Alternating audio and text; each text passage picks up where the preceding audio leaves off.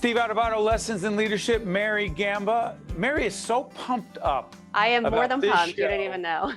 Listen, Kenny Daneyko, we're going to have on in about a second, who's a great broadcaster, a great friend, and also happens to have, 3 Stanley Cups that he's won. Mary is a massive Devils fan. She's going to be driving this interview. Mary, why are you so pumped about having Kenny on? Well, and it's so funny. We had Kenny on back with audio way back in the day, and there was a train ride. I think it was down to Trenton at the time. And I have a picture of my 2 sons, Will and Joey. They were probably about 5 and 8 at the time, and now they're 16 and 19. And a picture of them together with Ken. We've been huge Devils fans. Watched the Devils forever, and so we're just thrilled to have him on. Hey, Kenny, welcome to the show. We'll talk. Mary, real quick, tell Kenny who our sponsors are, because he cares about sponsorship. Oh, I know he does. No money, no mission. So we've got Prager Metis, Valley Bank, the International Union of Operating Engineers, Local 825, the New Jersey Sharing Network, Seton Hall University, and the Bacino Leadership Institute, the North Ward Center, and Kessler Foundation. So thank you so much to our generous sponsors for all your support. Oh, good. Hey, Kenny, first of all, how you doing? I'm doing good. And Mary, thank you for all that support over the years for our Devils team. I'm looking forward to the up and coming season. As you can see, once a Devil, always a Devil. I'm all decked out. You're looking sharp, Steve, in the suit, but I had to go with my Devils gear. I apologize. No, not at all. By the way, Kenny's got all kinds of things around him, like real championships. Like, what are some of the things you have in that room in and around you, Kenny? Oh, I have some replica Stanley Cups, Eastern Conference Final Championship trophies. They're all behind me, but I know we had to set up here. I've got a beautiful like real trophies. The NHLPA gave me of me and certain jerseys. So a lot of stuff in this office, but this is the way I'm situated here, Steve. No, it's all right. And Kenny's got his jersey number 3 hanging in the rafters down at the Prudential Center. Here's a picture of me and Marty holding the Stanley Cup. So this is an all hockey. Marty Brodeur. Here, I think I got a good picture of that, right? Oh, yeah. My face. That's probably Mary, but a lot of good stuff around me. Kenny, for points of comparison, you have pictures of yourself, Martin Brodeur, championships. You got the 3 Stanley Cups. Let me tell you what I have of me. I have a picture of me playing in the Parochial A championship game, Essex Catholic against Seton Hall, me kicking a field goal to try to win the game. That's what I have. Nice. Hey, that's how unimpressive it is. Well, Steve, it was a winning field goal, correct? Yes, but then we lost the game in the last second. We're not talking about that. I don't want to bring back bad memories, pal. No. And by the way, Kenny, last time I saw Kenny, our great friends Joe and Barry Murillo and Vito are great friends. They had a wonderful fundraising event, a golf outing at Essex Fells Country Club. Kenny was our guest of honor, along with Rick Cerrone from the Yankees and all good stuff. Kenny, thank you for doing that with our guys. Always a great time getting together with everybody and all the officers and sheriffs and of our great state of New Jersey. And the Murillos are just wonderful, wonderful people. Known them a long, long time, as you have, Steve. Oh, good. Hey, Mary, listen, I know you have got a lot of questions about not just the Devils, but more importantly, leadership in sports. Go. Yeah, no, definitely. And one of the biggest things we always talk about is the connection between sports and discipline and just growing. I've mentioned to you, Kenny, in the past that both of my boys play ice hockey, and my oldest is now at Michigan State, not playing hockey because he had to get shoulder surgery because of too much hockey. But what is that connection between leadership, sports, discipline, with coming up with children and young adults today? Well, I think for any young adult or children or just having success in anything you do. I mean, we always correlated, I do anyway, to sports because I played the game of hockey since 7 years old. But I just think it's so important as far as a teammate and you're together and as a team that from a leadership standpoint, it's supporting each other every day, even from a young age. I'm a big believer, Mary, and leadership to me, one big part of that is even growing up as a young boy was, giving my teammate a pat on the shoulder or a hug when things aren't going well. Sometimes we always think when things are going well and you get all these accolades, that's leadership. To me, that's not what it's all about. For me, it was always, whether it was when I was in minor hockey or whether I was with the New Jersey Devils, when somebody was going through struggles, whether it was on the ice, whether it was off the ice, with a personal issues, how are you, man? Speak to them, talk to them, listen to what they're saying. And I think that starts right at a young age. For me, I've always been that guy, and I'm a believer in that. As far as when I was down and when I was going through struggles in my life or struggling on the ice, I wanted somebody to come up to me and say, Kenny, how you doing? And really give me that support when needed. You know, you get enough pats on the back when things are going well. So that's also great and great times. But the leadership to me is when guys are struggling, that you're there to support them. Hey, well said. Hey, by the way, Kenny, as a great communicator, since you played, you have had a very successful career as a broadcaster. And by the way, tell folks exactly your broadcasting credentials, my friend. Well, excuse me. Well, I'm fortunate enough to be a color analyst on Devils game. I don't even know now, 5 or 6 years, although I've been in the broadcasting booth with the Devils organization since 2006, where I did analysis and pregame, postgame, and in between periods. But now I actually do the live games, which is much more exciting for me because obviously you get into the action. I wear my emotion on my sleeve. I'm also grateful to be on NHL Network for many, many years and covering the entire league. So you really get to know more of the teams and individual players. And it helps me in my local broadcast with the Devils on MSG. So just involved in the game of hockey, grateful that I've been since the day one of the New Jersey Devils 38 years ago when I started playing as a 19-year-old, Steve. Well, the reason I raise it, Kenny, other than letting folks know where they can check out your work, is that my obsession, and Mary knows this through the books I've written about leadership, it always talks about communication. And you know, because communication has been part of my world, and when I host the events with all of our guys together, you got to be on that microphone, and you have to have confidence, even if you don't feel all that confident, you have to come across that way. Here's my question to you. Since I connect leadership to being a strong, effective communicator, where did your skill set and your expertise come from as a really good guy on the mic, a guy who could talk? That's part of leadership. Well, thank you. And I humbly say, I don't know, some days are tougher than others, as you know, Stephen, and communication to the fans. You know, early on for me, it was always, I was nervous for sure. I mean, I always was one of those guys that had a little bit of the gift of the gab, probably talked too much, some of my friends will tell you.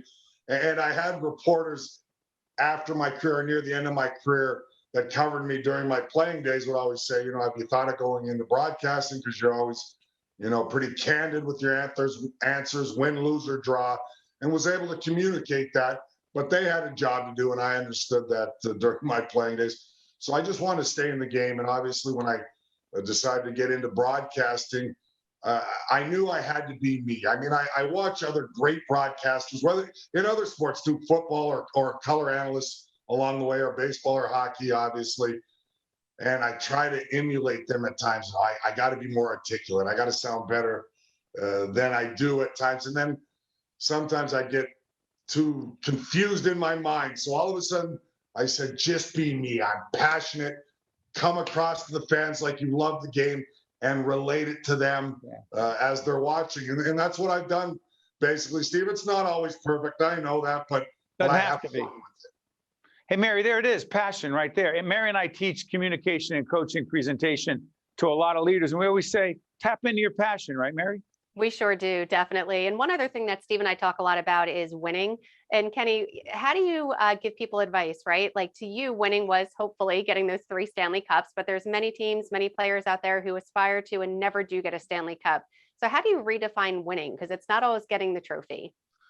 Wow, that's a good question. I mean, obviously. Or is it about the trophy? Kenny, Mary and I have been obsessing over this forever. We don't know if sports is different.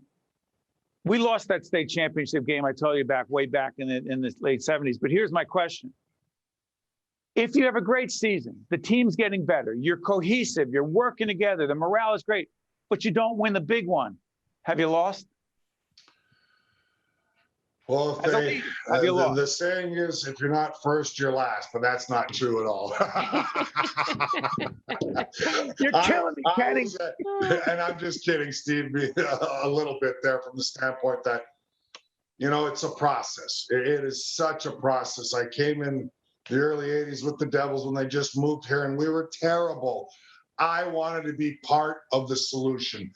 I didn't want to go anywhere else. A lot of guys asked to be traded before the final product is finished. And I was always one of those guys that I want to be part of the team. I want to be part of something. Yes, the ultimate goal is winning it all, but it takes steps. It takes learning along the way. It takes preparation, as you know.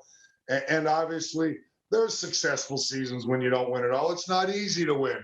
In fact, it's extremely hard. There's so many good teams out there, but did you give it your all? Did you do everything from a preparation standpoint to a work ethic standpoint to being a good teammate standpoint to give your team that opportunity? And sometimes it doesn't work out, but you can put your, from my point of view, you can put your head on the pillow and understand that I did everything possible to be part of the team and help my teammates try to accomplish that ultimate goal. For us at the time was winning the Stanley Cup, but there was a lot of disappointments along the way, but I never let that deter me. I didn't. I mean, I was almost corny to the fact that I'd say, when we were winning 17 games a year in the mid 80s, I would tell people, we are going to win the Stanley Cup. And they'd laugh at me. I say, I'm going to win the Stanley Cup as a Where'd member. that confidence come from? Oh, since a young kid, Steve, I always had to believe in myself. I knew I was not the most talented. I wasn't. Yes, I was pretty decent in my area. There was 10 Ken Danicos on every corner in the hockey world where I grew up in Edmonton, Alberta. But one thing, I was not going to be outworked. I was not going to be outprepared. And I always say to kids nowadays, and it sounds like a cliche, but it is so true. And you have to connect it with your words and your heart, believing in yourself. I can do anything. I can accomplish anything. I will get to the National Hockey League. I will win a Stanley Cup. But you have to make sure you do all the things to prepare for that and be a good teammate is first and foremost to me. Marion, we say this all the time. In the end, if you don't bet on yourself as a Agreed. leader, how can you ask other people to follow you? Hey, Steve, Mary, quickly, I got to go. say the story. Speaking to that, and some people think it might be cocky or arrogant. When I was 19 years old or 19, and the Devils were thinking of sending me back, and I can't believe I was this brash at the time. I want to play so bad. They had all the name tags on a board, pins, and Max McNabb, the general manager, late great Max McNabb, general manager at the time, said to me, Kenny, we think we're going to send you down to junior for a little more nurturing. I stood up, pointed to the board. Tom McVie, my old time coach, told the story, and this is true. I pointed at his board. I said, are you kidding me? You've got to be kidding me. I'm the best defenseman you have up there, because they weren't very good at the time. Max had to think about it for a while. He loved the fact that I said that. He says, okay, let me think about this. I might Good not say for you. Good for I you. love it. Hey, Kenny, you've never lost that confidence, but also a sense of humility and giving back. Mary, I'm going to give you the chance to thank Kenny and say goodbye. Yeah, no, thank you so much, Kenny. And just for all of our viewers out there, I know they learned so much from your passion and your enthusiasm. So thank you very much. And most importantly, let's go Devils. Thank you, Mary. Thank you, Steve. Always a pleasure to be on with you guys. And keep up the great work. You're doing wonderful stuff. Thanks. Kenny Danico, Mary Gamba, Steve Adubato. Go Devils. Right after this. This edition of Lessons in Leadership is made possible by the Buccino Leadership Institute at Seton Hall University, Prager Metis, Valley Bank, the International Union of Operating Engineers, Local 825, the North Ward Center, the New Jersey Sharing Network, Delta Dental of New Jersey, Kessler Foundation, and Seton Hall University, showing the world what great minds can do since 1856. This is Mary Gamba. If you want more leadership tips and tools, log on to stand-deliver.com. That's stand-deliver.com. Promotional support for this edition of Lessons in Leadership with me, Steve Adubato, and my colleague, Mary Gamba, has been provided by NJ.com, NJBIA, and New Jersey Business Magazine, CIANJ, and Commerce Magazine.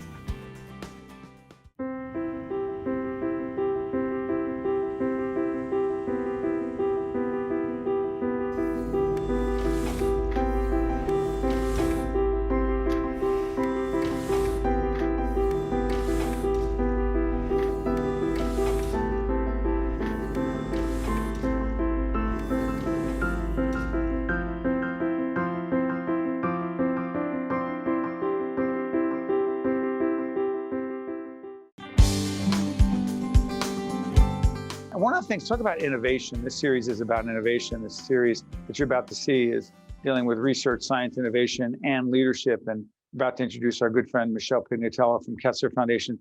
Mary, we're innovating constantly. I'm not going to talk about us so much, but the reality is just the idea that we're doing this series is innovating lessons in leadership, is it not? It is, and it's all about challenging the status quo. So we're super excited to be partnering with the Kessler Foundation and Michelle and her team. So it's a perfect opportunity to introduce Michelle. Michelle Pignatello is the Vice President, Chief Development Officer of Kessler Foundation. Michelle, enough of us plugging ourselves. By the way, tell everyone what Kessler Foundation is. Kessler Foundation is a public charity that we're dedicated to changing the lives of people with disabilities through research that improves quality of life, cognition, mobility, and employment. And we're also a grant maker. We fund other nonprofit organizations that are helping people with disabilities gain access to employment. Yeah, you'll see the website for Kessler Foundation up right now, so you can find out more, you can contribute, you can make a difference. Michelle, the times I've been up there, I've seen people walk with these devices that Kessler Foundation has provided for them, the exoskeleton. There are two different types, I know. But the reason I'm saying all this is we've seen people walk. We've seen people gain memory. We've seen people have their lives changed. And my question to you is this: that's research, science, innovation, but it's also leadership. Absolutely. We need to, when we're challenging, leadership is about challenging the status quo, how That's things right. are done. And so our researchers are looking for new ways to help people walk who can't walk, help people learn information who have lost that ability for whatever reason. So that's leadership. But in order to do that work, we also need support from the community. You know, we couldn't do this work without our donors. Which is why the website is up right now. By the way, Mary, we're introducing this interview. This is one of many, right? We're going to do, Michelle? Yep, definitely. Mhm. And this is Dr. Nancy Cervellotti, who's doing really important research up at Kessler Foundation. This deals with memory impairment. Hey, Michelle, you're going to be joining us many times throughout this, along with our colleague and friend, Roger DeRose at Kessler Foundation. We're honored to be partnering with you on this leadership, innovation, research, science, et cetera series. Thank you, Michelle.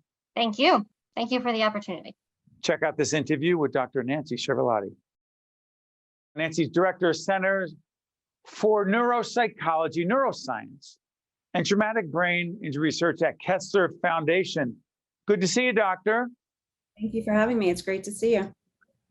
So Nancy and I have been working together for many, many years. We've been doing a Leadership and Communication Academy at Kessler Foundation for several years that's set up by our great friend, Roger DeRose there. Mary, this part of our research, science, innovation, and leadership series. And here's right out of the box the question, Nancy. In your mind, what is the connection between research, science, and innovation and leadership?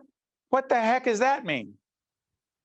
Well, to be honest with you, Steve, I think those three concepts are really very tightly intertwined.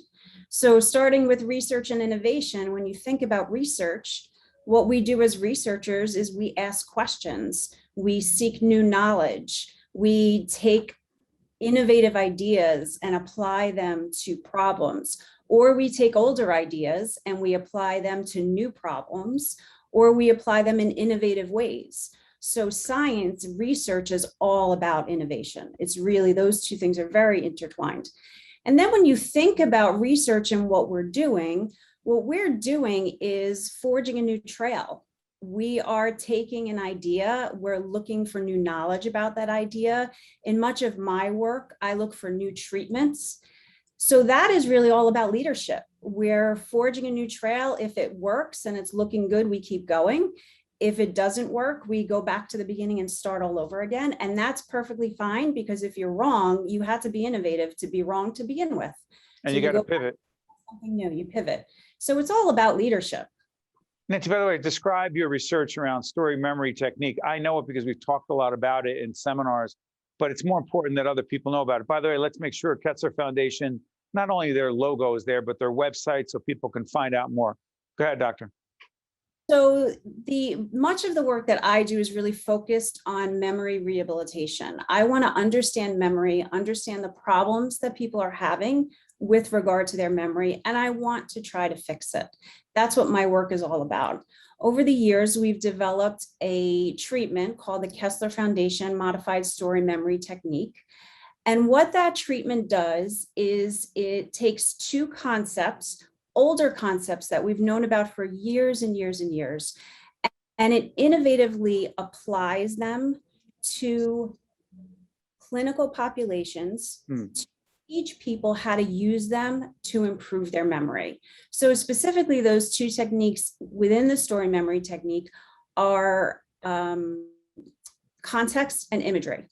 So we teach people how to take verbal information like words or sentences and create a mental image of that information.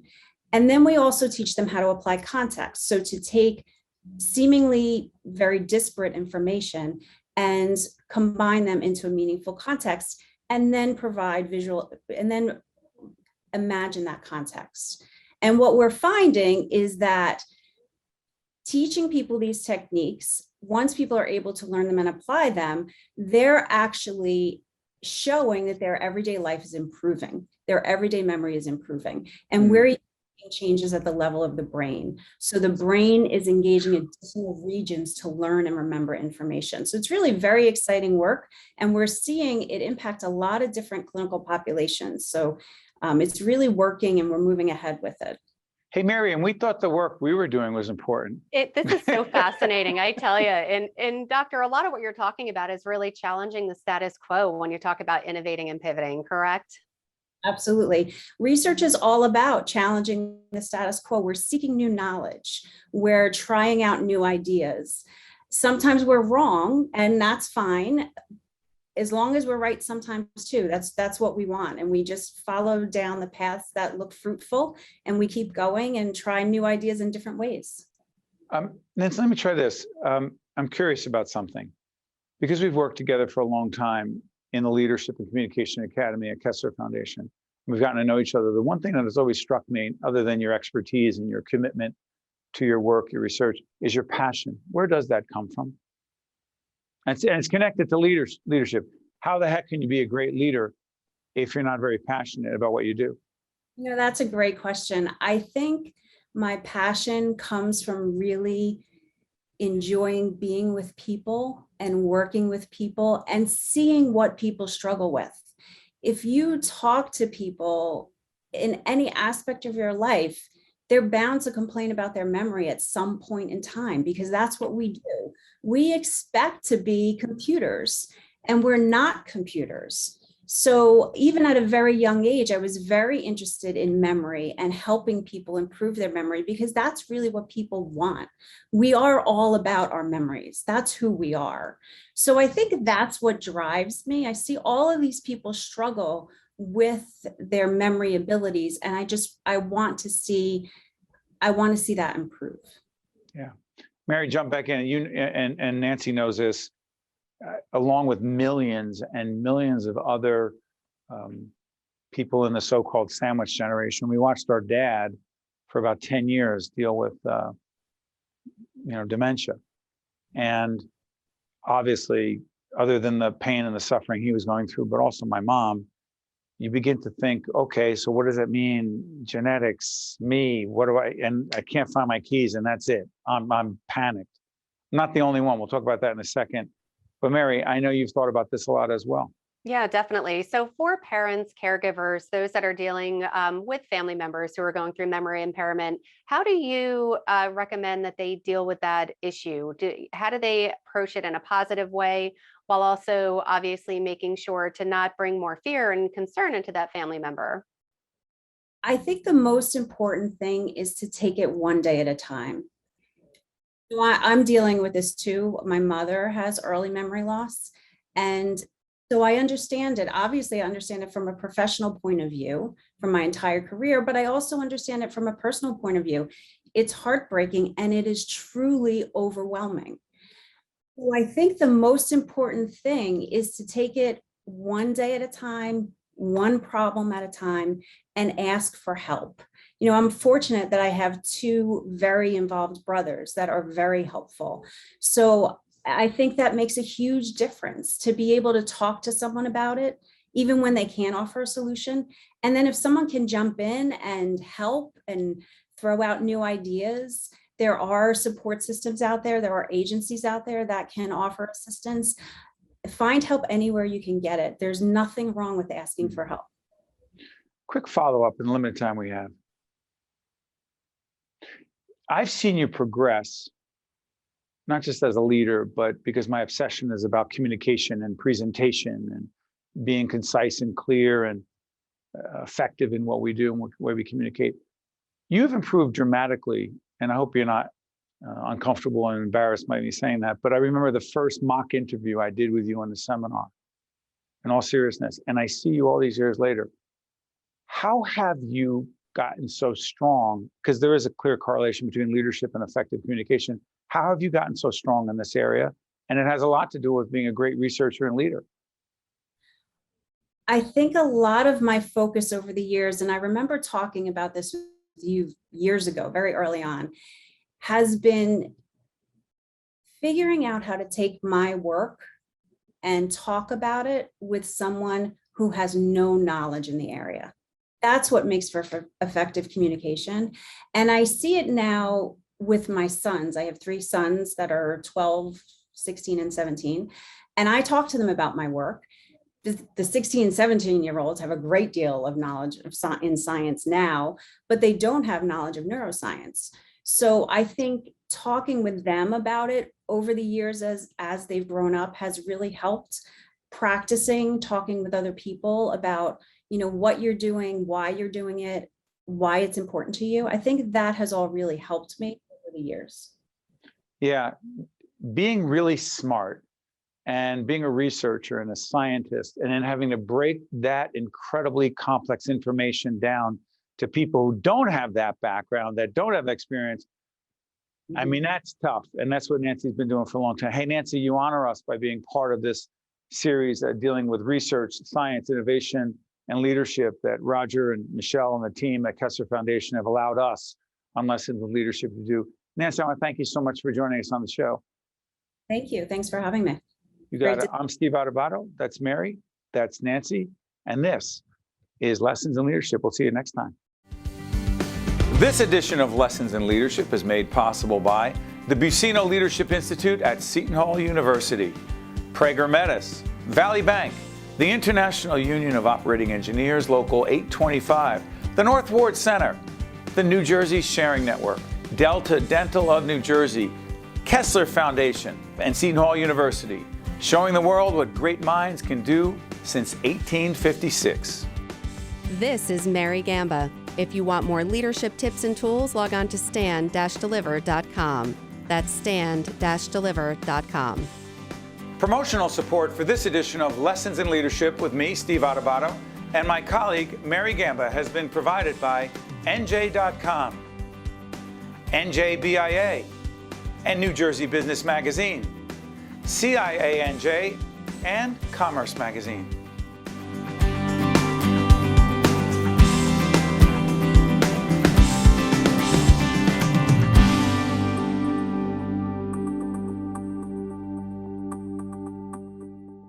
A stroke can be easy to detect. A loved one can't speak, perhaps they can't move. But there's another sign of a stroke that many of us can't see. It's called spatial neglect, and it can occur during or after a stroke, causing distorted visual movements. Fortunately, there's a solution by using optical prism technology during rehabilitation. If you or a loved one have experienced a stroke, ask your doctor about spatial neglect. Spatial neglect. See the whole picture at KesslerFoundation.org. This is the Seton Hall story, one that comes to life every day on our campus. This is the place where great minds discover, innovate, collaborate, and find their true calling. This is the place where passion has a purpose, where learning inspires leading. The bonds we make, the values we teach, inspire our community to take heart and take action. This is Seton Hall University. This is what great minds can do.